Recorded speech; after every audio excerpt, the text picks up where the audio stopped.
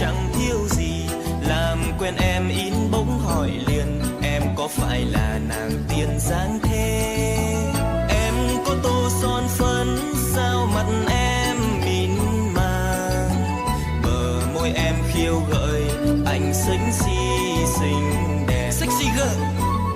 Khi vui hay buồn em luôn tự sướng đăng lên Facebook gắn thẻ bao người.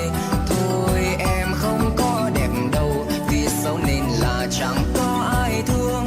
Ôi bao người tan thế mà, ôi bao người tan thế mà. Facebook là nơi lăng xê nổi tiếng, những hot girl xinh đẹp khắp miền đều chơi Face có sắm thật nhiều. Em sẽ nổi khi để tivi chiếu, yêu biết bao cô gái đêm ngày khoe anh hàng. Rừng trăm hoa thắm nở chẳng